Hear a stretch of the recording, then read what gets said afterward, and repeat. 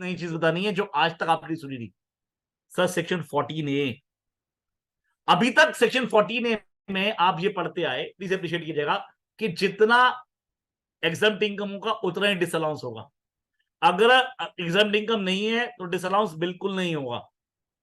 या फिर अगर आप जजमेंट नोट करें, इन दोनों की जो जजमेंट थी, स्टेट बैंक ऑफ पटियाला वाला जजमेंट सुप्रीम कोर्ट का, then there was another judgment of ACB, जहां पे उन्होंने बोला था कि भैया जब आप रूल 8D के हिसाब से कैलकुलेशन करते हैं तो उसी इन्वेस्टमेंट को लेंगे जिससे एग्जाम इनकम सर रियलाइज हो रही है। अगर मान लीजिए कोई ऐसा इन्वेस्टमेंट है जिससे उस साल में कोई एग्जाम इनकम नहीं आई है तो उसको आप काउंटिंग में नहीं लेंगे while calculating rule 8D। Appreciate करें, ये सारी जजमेंट अब खत्म हो चुकी हैं। क्यों? Because section 14A was amended now. Section 14A 2022 में अमेंड कर दिया गया था, जहां पे पहले शुरू होता था फॉर द पर्पसेस ऑफ, अब वहां पे स्टार्ट हो रहा है notwithstanding anything contrary contained in the act. तो पूरे एक्ट को ओवरराइड कर रहा है, पहली बात। दूसरी बात, एक एक्सप्लेनेशन ऐड कर दी गई है जहां पे लिखा गया है कि भैया आपने एग्जाम इनकम कमाई या नहीं कमाई, आपको रिसीव हुई या नहीं हुई, एक्रू हुई, अराइज हुई या नहीं हुई, मैटर नहीं करता सर, डिसअलाउंस होगा। इसका मतलब जितनी सारी जजमेंट है कि पहली बात तो एग्जाम इनकम से ज्यादा डिसअलाउंस नहीं हो सकता। There was a judgement of कराब बिल्डर्स जहां पे सर हाईकोर्ट ने यहां तक बोला था कि that disallowance can't swallow whole exempt more than exempt income, ऐसा नहीं कर सकता। तो वो सब भी खत्म हो चुका है। तो प्लीज अप्रिशिएट कीजिएगा, ये सारी जजमेंट उड़ चुकी हैं। जब ये सारी जजमेंट उड़ चुकी है तो इसका मतलब पॉसिबिलिटी हो सकता है आपने एग्जाम इनकम तो जीरो कमाई, सर डिसअलाउंस 50 लाख का अगर नेक्सस प्रूव हो गया तो होगा। आपने एग्जाम इनकम लाख रुपए की कमाई, डिसअलाउंस शायद 70 लाख का हो सकता है अगर नेक्सस प्रूव हो गया। तो व्हाट आई वांट टू से, अब एग्जाम इनकम से इसका कोई रिलेशन नहीं रहा है। तो ये प्रोस्पेक्टिव अमेंडमेंट है और ये आपके ऑडिट के लिए एप्लीकेबल है। अब इसका मतलब क्या मेजर इश्यूज आपके में रह गए? पहला, सर ओन्ड कैपिटल थ्योरी, और अप्रिशिएट करिए मैं 14A के लिए बता रहा हूं, वो 36(1)(3) के लिए भी कुछ कुछ चीजों में एप्लीकेबल होगा। ओन्ड कैपिटल थ्योरी, अगर आप ये प्रूव कर पाओ कि सर जो मैंने इन्वेस्टमेंट करी है जिससे एग्जाम इनकम आ सकती थी, तो पहली बात वो सारे मैंने ओल्ड कैपिटल से लगाए हैं, वो मेरे इंटरेस्ट बेरिंग से नहीं है।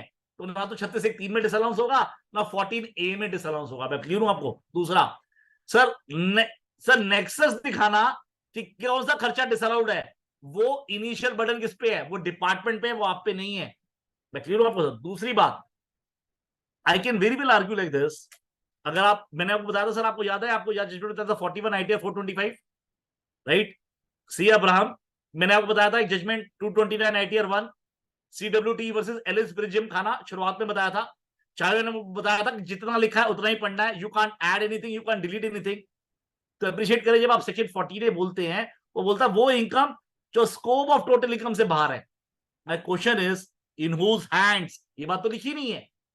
तो व्हाट आई वांट टू से, in the case of dividend, मैं तब की बात कर रहा हूं जब डीडीटी रिजाइन था, तो वहां पे 14A के केसेस में हम ये आर्ग्यू करते थे कि सर इनकम एक बार तो टैक्सेबल हो चुकी है ना, प्लीज अप्रिशिएट कीजिएगा, ये तो एप्रोप्रिएशन ऑफ प्रॉफिट है। तो एक बार चेक कंपनी के हाथ में, और सेक्शन 14A में ये बात नहीं लिखी हुई, उसने बोला जो income scope of total income से बाहर ही है। तो इसका मतलब अगर कोई इनकम ऑलरेडी एक बार टैक्सेबल हो चुकी है किसी के हाथ में भी, तो ऐसे केस के अंदर सेक्शन 14A में नहीं आ सकती। Same is the case of sir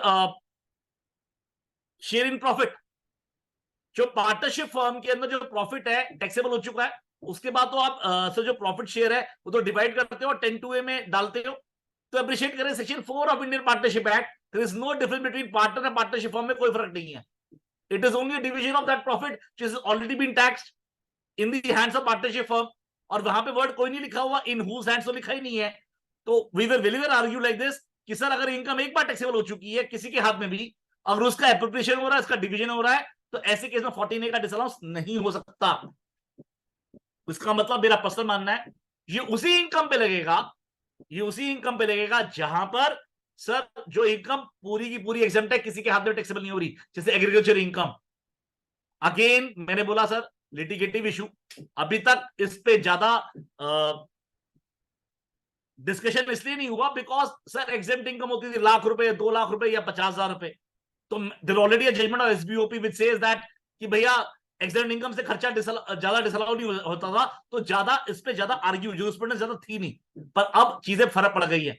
from finance act 2022 now possibility है डिसअलाउ सर 70-70 लाख 50 लाख 1-1 करोड़ रुपए का डिसअलाउ भी हो सकता है, सब्जेक्ट टू अगर नेक्सस डिपार्टमेंट दिखा पाया तो ऐसे केस के अंदर नाउ मुझे लगता है जूरिस्प्रूडेंस इस तरह की प्रिवेल करेगी। पर मैं आपको जो क्वेश्चन कर रहा हूं, सेक्शन 14A अब अमेंड हो चुका है, तो प्लीज अप्रिशिएट करें सर सेक्शन 14A में आप ये मान के मत चले कि मैक्सिमम से मैक्सिमम क्या होगा, पॉसिबिलिटी हो सकती है डिसअलाउंस ज्यादा भी हो सकता है, चाहे आपने पैसे कमाए या नहीं कमाए। सर कोई इशू आपको यहां तक? You can take a issue of mixed funds, you can take a issue of owned capital theory, right? आप ये भी ले सकते हैं कि नेक्सस डिपार्टमेंट के ऊपर प्रूव करना था, तो ये सारे बाकी इश्यूज आप ले सकते हैं subject to what Ashok ji said, right? अगर इफ अशोक जी जो बात बोल रहे हैं उसमें लिखा हुआ है तो I will stand corrected sir. ठीक है सर। और ये इंटरेस्ट का जो बोल रहे हैं कि इंटरेस्ट फ्री फंड, वो तो साउथ इंडिया बैंक सुप्रीम हाँ बहुत कोर्ट सारे ने भी जजमेंट अप्रूव बहुत सारे या नहीं, अभी सर मैंने सुप्रीम इसलिए कोर्ट बोला सर, ने, ये सारी चीजें ना सर आपकी 36(1)(3) में भी एप्लीकेबल हो जाएगी सर। या राइट राइट 36(1)(3) पे, इसलिए मैंने 14 और 36(1)(3) इकट्ठे भी एच और आई भी हैं, तो इसलिए दोनों को राइट इकट्ठे कर दिया था sir. Right sir. Right sir, ठीक है जी। पर मैं आपको जो 14A में सेंसिटाइज करना चाहता हूँ, the issue was sensitize with something like this, कि अब 14A में जो पुरानी जजमेंट्स है अब वो काम नहीं कर पाएंगी, राइट? कि भाई एग्जेम्प्ट इनकम से ज्यादा डिसअलाउंस नहीं हो सकता, या फिर अगर आपने एग्जेम्प्ट इनकम नहीं कमाई तो डिसअलाउंस नहीं हो पाएगा, वो सारी जजमेंट अब आपके काम नहीं आ पाएंगी सर। ठीक है सर, सर आगे बढ़े। Yes sir.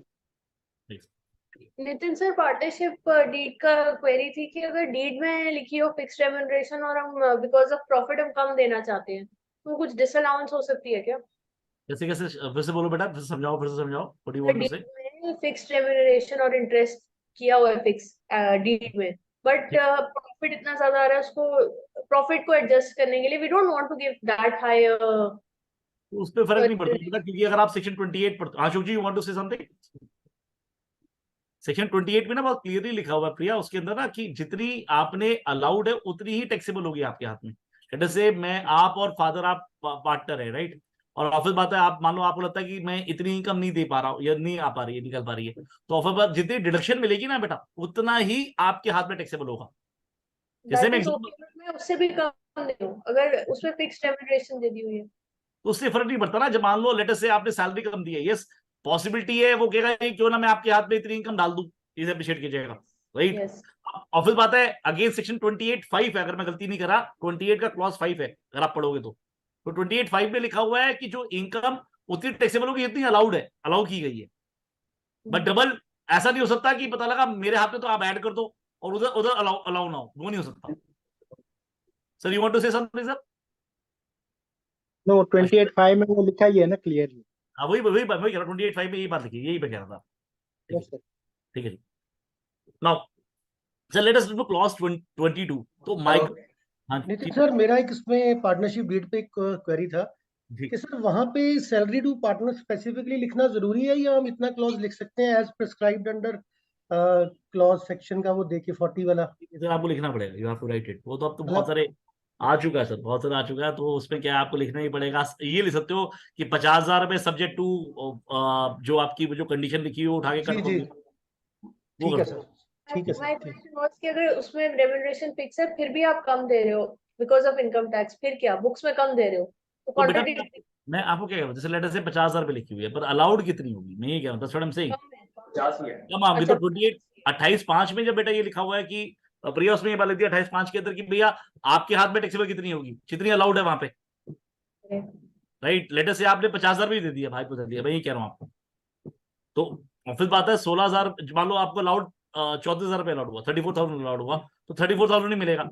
मान लीजिए आपने दिए 34,000, तो भी 16,000 रुपये आपके हाथ में ऐड नहीं करेगा, अच्छा, तो राइट? डीड चाहे जो मर्जी बोलती रहे। हाँ जो मर्जी लिखता रहे, कोई दिक्कत नहीं, मैटर नहीं, बस जितना अलाउड होगा उतना ही करेगा। नहीं, उनका क्वेश्चन है सर कि because provision says the remuneration should be in accordance with the deed, जितना डीड में लिखा है उतना नहीं दे रहे हैं। नहीं सर अशोक सर आपकी बात सही है, पर होगा क्या अगर पॉसिबिलिटी, आपका पॉइंट वहां पे ठीक है कि पॉसिबिलिटी हो सकता है कि मान लीजिए अलाउड तो हो 40,000 रुपए, मान लीजिए लिखा हुआ 50,000 रुपए, और इन्होंने सिर्फ 35,000 दिया है, तो वहां पे एक बार को झगड़ा पड़ सकता है, यस पॉसिबिलिटी यस। पर हमने हाँ, जो वही। इशू वो डिस्कस किए कि जहां पे सर अलाउड तो 34,000 था, सिर्फ लिखा हुआ था 50,000 पे, तो आपने अगर 50,000 दे दिए या 34,000 पे दे दिए फर्क नहीं पड़ेगा, मैं ये कह रहा हूं। आपका पॉइंट वहां पे ठीक है कि जहां पे भैया अलाउड तो 34,000 था, और सॉरी अलाउड तो 40,000 था, आपने 34,000 दिए और एक्चुअली पे 50,000 लिखा हुआ था। तो ऐसे केस में द सही मैंने में अगर सही व्यू लिटरल इंटरप्रिटेशन करें तो मेरा पर्सनल मानना है, क्योंकि 28/5 में आपने अलाउड ही 34,000 किया है, अप्रिशिएट कीजिएगा, तो आपके हाथ में सर टैक्सेबल 34,000 ही होगा।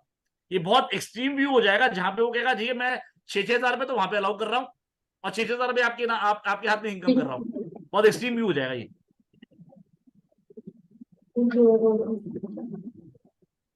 हेलो। हाँ जी सर, हाँ विपिन जी।